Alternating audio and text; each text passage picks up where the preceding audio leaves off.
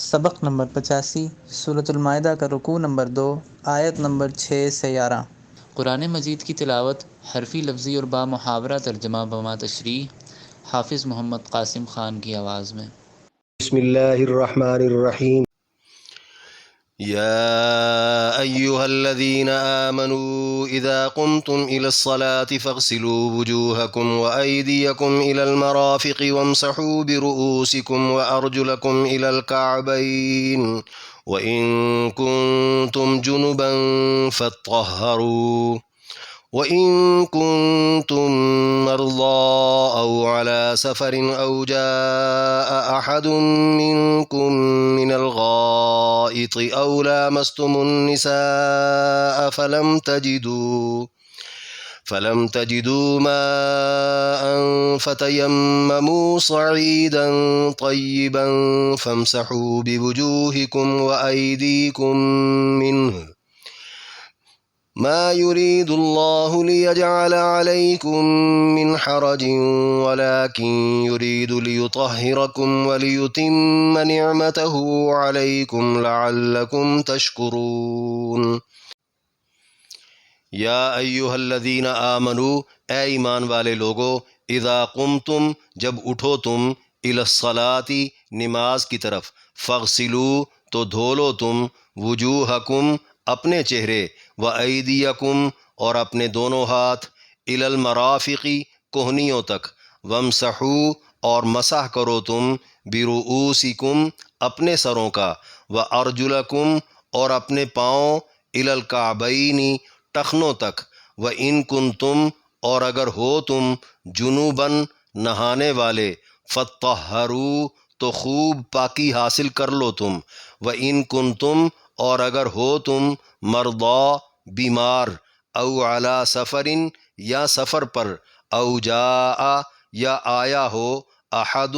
کوئی ایک، منکم، تم میں سے، من الغائط،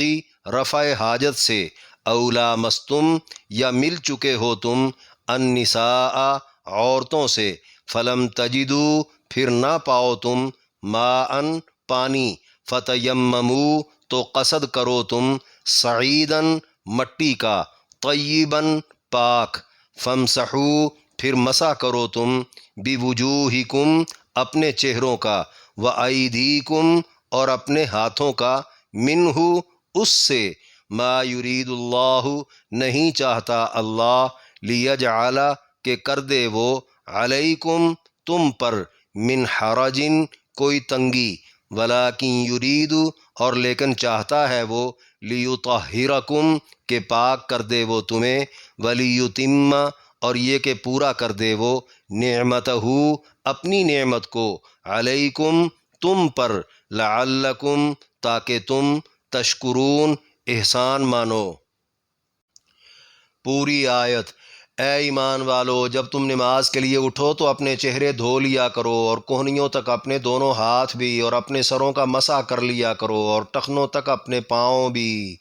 اور اگر تم نہانے والے ہو تو خوب پاکی حاصل کر لیا کرو، اور اگر تم بیمار ہو یا سفر پر ہو، یا تم میں سے کوئی رفع حاجت کر کے آئے، یا تم عورتوں سے ملاپ کر لو، تو پھر پانی نہ پاؤ تو پاک مٹی سے تیمم کرتے ہوئے تم اپنے چہروں اور ہاتھوں کا اسے مسح کر لیا کرو۔ اللہ نہیں چاہتا کہ تم پر کوئی مشکل ڈال دے، اللہ تو بس یہی چاہتا ہے کہ تمہیں پاک کر دے اور تم پر اپنی نعمت کو تمام کر دے تاکہ تم احسان مانو۔ وَاذْكُرُوا نِعْمَةَ اللَّهِ عَلَيْكُمْ وَمِيثَاقَهُ الَّذِي وَاثَقَكُم بِهِ إِذْ قُلْتُمْ سَمِعْنَا وَأَطَعْنَا وَاتَّقُوا اللَّهَ ان اللہ علیم بذات الصدور۔ وَاذْكُرُوا، اور یاد کرو تم، نعمت اللہ، اللہ کی نعمت کو،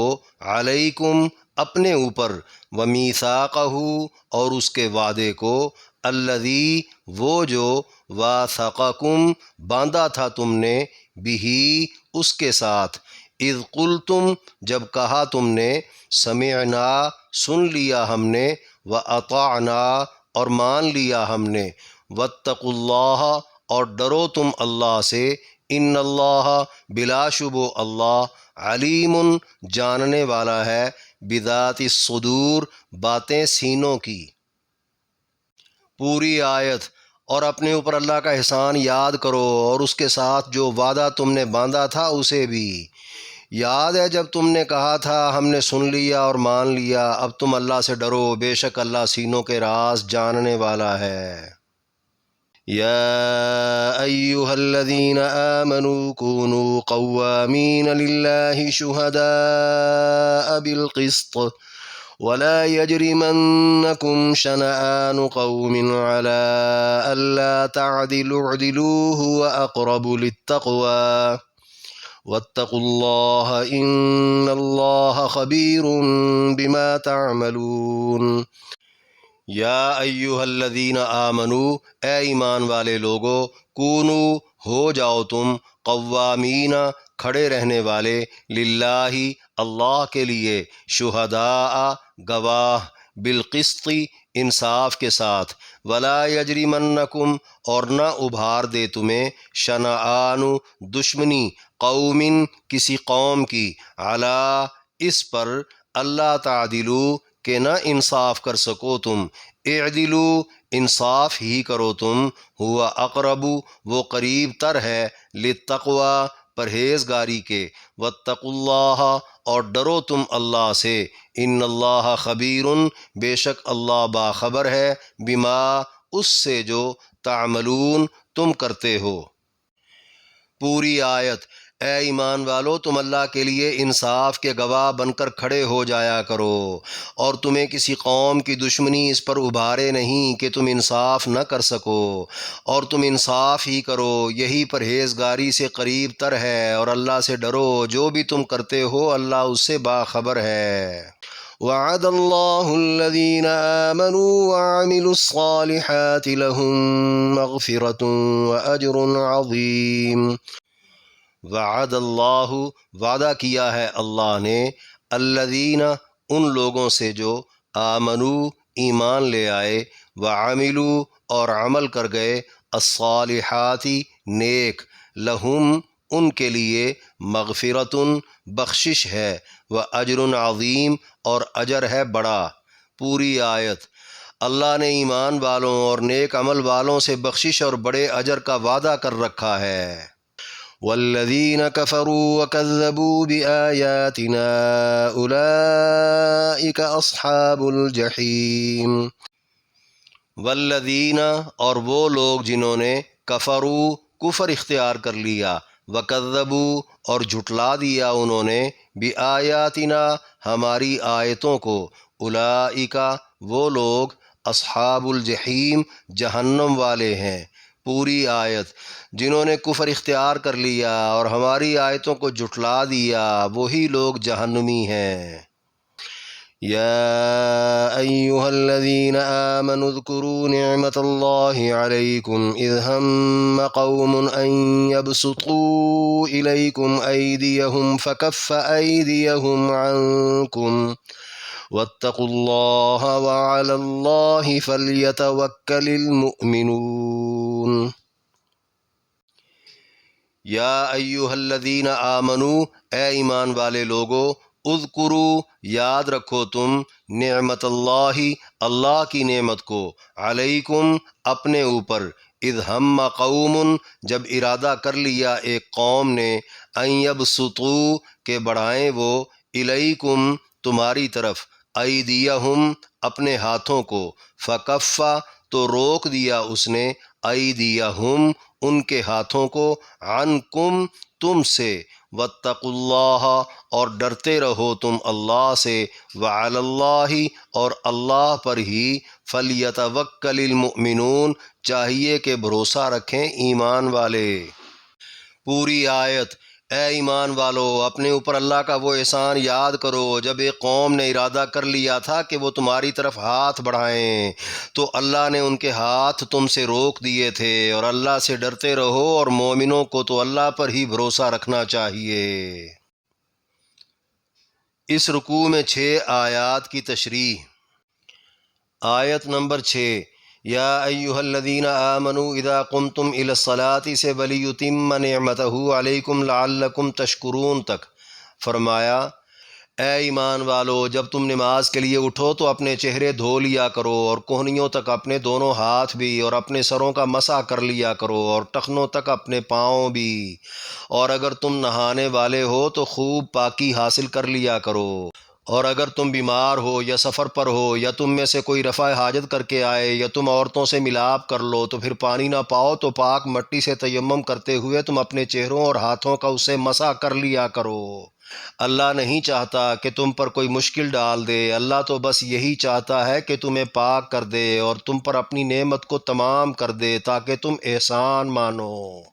یعنی نماز کے لیے وضو کرنا فرض ہے، اگر پہلے سے وضو قائم ہو تو پھر تازہ وضو کرنا فرض نہیں بلکہ مستحب ہے۔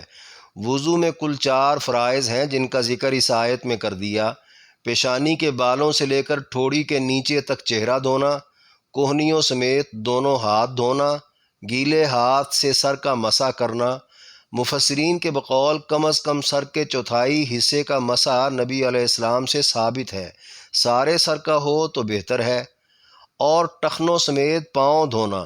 بحوالہ تفسیر جواہر القرآن، ارجلکم میں لام کی زبر بتا رہی ہے پاؤں کا تعلق وجوہکم اور وایدیکم یعنی چہرے اور ہاتھوں کے ساتھ ہے، لہٰذا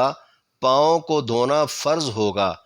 اور اگر ارجلکم لام کی زیر کے ساتھ ہو جس طرح ایک قرات میں آیا بھی ہے تو اس کا تعلق برؤوسکم یعنی سر کے مسح کے ساتھ ہوگا۔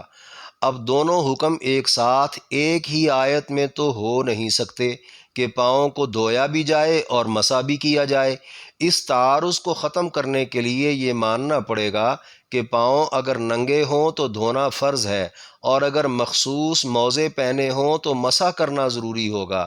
ان چاروں کے علاوہ وضو کے باقی اعمال سنت ہیں یا مستحب ہیں، ان کی تفصیل حدیثوں میں ہے۔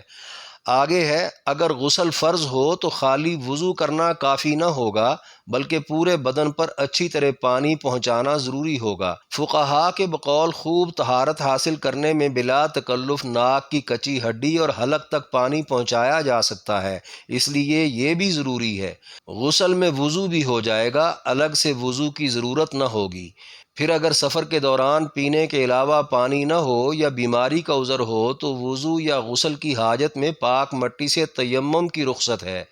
تیمم فقط چہرے اور ہاتھوں کے مسح سے مکمل ہو جائے گا، نیز وضو اور غسل کا تیمم ایک جیسا ہی ہے۔ حقیقی غلاظتوں، حکمی نجاستوں اور پوشیدہ کثافتوں سے اچھی طرح پاک صاف ہو کر ہی پاک رب کی عظیم بارگاہ میں بندوں کی حاضری قبول ہو سکتی تھی۔ اس لیے اللہ نے زمین پر ہر جگہ پائی جانے والی 2 چیزوں میں سے پہلے پاک پانی کو، پھر پانی نہ ملنے پر پاک مٹی کو پاکی حاصل کرنے کا ذریعہ بنا دیا تاکہ بندے پاک بھی ہو جائیں اور پاکی حاصل کرنے میں کوئی دشواری بھی نہ رہے۔ پاک ہو کر بندگی کرنے سے ہی قرب حضوری اور ارتقاء روحانیت جیسی نعمتوں کا ملنا ممکن تھا، اور اللہ کا مقصود بھی یہی ہے تاکہ بندے اپنے رب کے احسانات ملاحظہ کر کے شکر بجا لا سکیں۔ آیت نمبر 7، وَاذْكُرُوا نِعْمَتَ اللَّهِ عَلَيْكُمْ سے ان اللہ علیم بذات الصدور تک فرمایا، اور اپنے اوپر اللہ کا احسان یاد کرو اور اس کے ساتھ جو وعدہ تم نے باندھا تھا اسے بھی۔ یاد ہے جب تم نے کہا تھا ہم نے سن لیا اور مان لیا، اب تم اللہ سے ڈرو، بے شک اللہ سینوں کے راز جاننے والا ہے۔ یعنی مسلمانوں کو ہدایت دی، قرآن دیا، ان میں اپنا نبی بھیجا، پھر ہر قدم پر کامیابی اور آخر میں غلبہ عطا فرمایا۔ یہ نعمتیں بھولنی نہیں چاہیے، اور نہ ہی اللہ کے ساتھ سمعنا و اطعنا کہہ کر کیے گئے پکے وعدے بھولنے چاہیے۔